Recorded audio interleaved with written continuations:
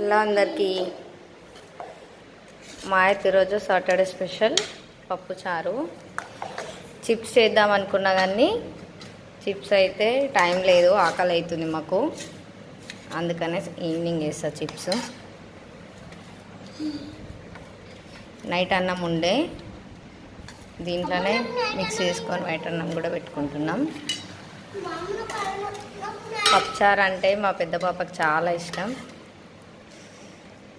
రోజు పప్పుచారు వేసి పెట్టినా కానీ తింటుంది.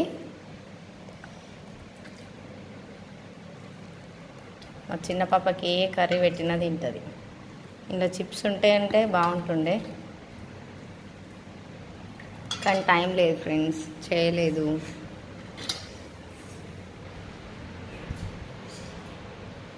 ఆ పప్పుచారు ఇట్లా పల్సా ఉంటేనే బాగుంటుంది. పల్సా ఉంది అని కామెంట్స్ పెట్టకండి, ఓకేనా? నచ్చితే మాత్రం లైక్ చేయండి.